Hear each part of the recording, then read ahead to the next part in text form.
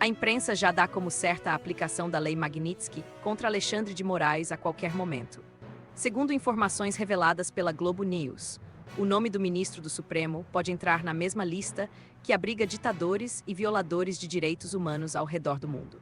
Ministros do STF, familiares e aliados estão desesperados, com vistos suspensos e medo de serem deportados ao pisar nos Estados Unidos. Neste vídeo, você vai assistir aos trechos mais explosivos da cobertura da Globo News, comentários afiados de Deltan Dallagnol e bastidores sobre como Eduardo Bolsonaro e Donald Trump estariam ligados ao avanço das sanções. Conforme disse Deltan, prepare-se, o bambu vai gemer, porque, se confirmada, essa será uma notícia histórica e humilhante para a mais alta corte do Brasil. Fique até o final e entenda por que ministros estão temendo até sair do país.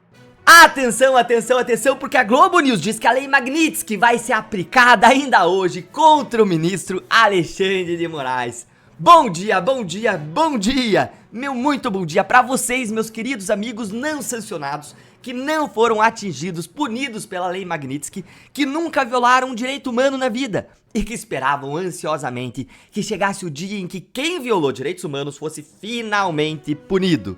Nesse nosso encontro com justiça, eu vou te mostrar dois vídeos bombásticos da Globo News. O primeiro revela como a Lei Magnitsky pode ser aplicada hoje, gente, contra Moraes. E o segundo é um desabafo sobre como os ministros do Supremo, olha, como eles estão assim, sofrendo com o cancelamento dos vistos, como a gente, aliás, nunca imaginou, né? Já que eles viviam garganteando, dizendo por aí que eles não estavam nem aí. Você não vai querer perder nada disso. Então fica aqui comigo e bora pro primeiro vídeo pra ver o que disse a Natuza Neri, lembrando que esse programa da Globo News é do final da noite de ontem, quase madrugada. Olha aí. Mas dessa vez, o que chegou para quem está lá em Washington, bolsonarista que está lá em Washington, é que poderia ter acontecido hoje já. Aí recebi uma mensagem de lá dizendo, não vai ser hoje, possivelmente amanhã. Eu falei, tá dependendo de quem? E a resposta foi, tá dependendo do Marco Rubio, secretário de Estado dos Estados Unidos. Não me pareceu blefe, me pareceu bastante...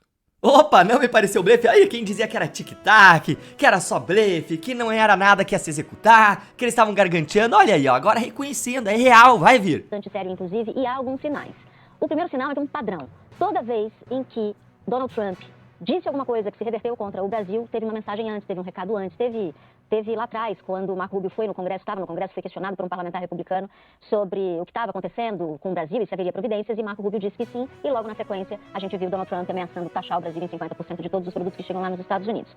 Mas tem um personagem nessa história que a gente precisa sempre citar, porque ele começou como uma espécie de azarão, que é Eduardo Bolsonaro. Ninguém acreditava que Eduardo Bolsonaro fosse ter ali os seus vasos comunicantes e chegar a esse ponto de estarmos prestes a ver um ministro do Supremo Tribunal Federal sancionado por uma lei que serve para terrorista da Al-Qaeda, que serve para quem praticou, para quem atuou contra eleições. Vou chegar nesse ponto já já.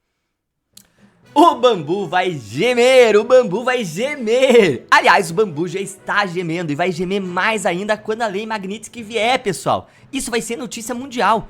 O juiz da Suprema Corte Brasileira é punido pelos Estados Unidos por graves violações de direitos humanos. Vocês conseguem imaginar isso aí? Conseguem imaginar essa notícia? Uma notícia dessas pro Brasil é ao mesmo tempo algo que nos traz um gostinho de justiça, de esperança, para quem sofre, se solidariza com os abusos do STF, com quem sofre com os abusos do STF, e ao mesmo tempo isso também é uma notícia horrorosa, porque marca pela primeira vez na história que o ministro do Supremo, um tribunal que tinha que proteger os direitos, foi punido pela maior democracia do mundo, foi castigado e colocado no mesmo rol em que estão os ditadores sul-americanos, sul-africanos, aqueles líderes autoritários e sanguinários que torturam e matam os seus próprios cidadãos. É no meio dessa turma aí, gente, que o Moraes vai estar. Gente dos piores porões de regimes ditatoriais como Venezuela, Cuba, Rússia e Coreia do Norte. Que vergonha pro Supremo. Que vergonha pros ministros. Se eu fosse ministro, eu ia sentir uma profunda vergonha de estar num tribunal desses, um tribunal que coaduna e apoia as barbaridades de uma pessoa dessas, acusada de graves violações de direitos humanos. Se você, como eu, tá feliz com a possibilidade de aplicação da Magnitsky hoje sobre o Alexandre de Moraes, então senta o dedo aí no like com força pra mais gente se unir à nossa alegria, porque apesar disso ser uma vergonha pro Supremo, isso é um avanço para a busca da justiça e na luta pelas nossas liberdades, pelo respeito pelo Supremo aos nossos direitos. Agora vamos pro segundo vídeo, como eu prometi pra vocês, com um desabafo dos ministros do Supremo, que mostra como eles estão aí absolutamente desesperados com o cancelamento dos vistos. Olha aí. Porque só para encerrar o capítulo da Magnitsky, é um bastidor que é o seguinte, os ministros do Supremo estão conversando com o Itamaraty, sabe por quê? Tem um dado cruel nesse processo todo. Que cruel. É que as sanções, por exemplo, suspensão de passaporte, de visto, de visto, não é comunicada oficialmente. Eles não chegam e dizem, Flávia, teu visto está suspenso. Sim. Então, os ministros do Supremo têm a história de que foram 8 que estão com visto supremo, 3 estão com visto suspenso, 3 não, mas todos eles têm filho, neto, mulher, gente que tem estudo, tem interesses lá, e nenhum deles pode sair do Brasil. Sabe por quê? Porque eles conversam com o Itamaraty e o Itamaraty não tem resposta, porque o risco é a mulher de um ministro chegar nos Estados Unidos, mesmo com visto, embarca aqui, chega lá e o agente da imigração manda deportar a ministra do Supremo Tribunal Federal.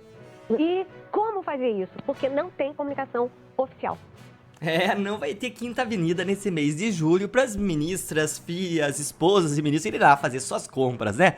Tadinhos, gente. Puxa vida, que dó, que dó. Eu tô desconsolado, tô inconsolável. Pois é, gente. O Clesão, ele também tinha esposa e filhas, que estão até hoje buscando justiça para o pai. Débora Rodrigues, condenada a 14 anos de prisão por pichar uma estátua, também tem 2 filhos lindos que ficaram 2 anos sem ver a mãe e que podem ficar mais de 10 sem ver ela novamente. O Felipe Martins, ele tem uma filha pequena, linda, que ele não vê há 2 anos. Esses são os verdadeiros dados cruéis. Isso sim é crueldade. Isso é cruel. As mais de 1.300 pessoas presas, denunciadas, condenadas em bloco pelo STF, pelos atos do 8 de janeiro, ilegalmente, de forma arbitrária, injusta, inconstitucional, em lotes, sem examinar o que cada um fez. Essas pessoas hoje comem o pão que o diabo amassou e são tratadas como nem os piores corruptos do Brasil, os piores assassinos, traficantes desse país são tratados. Esse é o dado cruel. Isso é crueldade.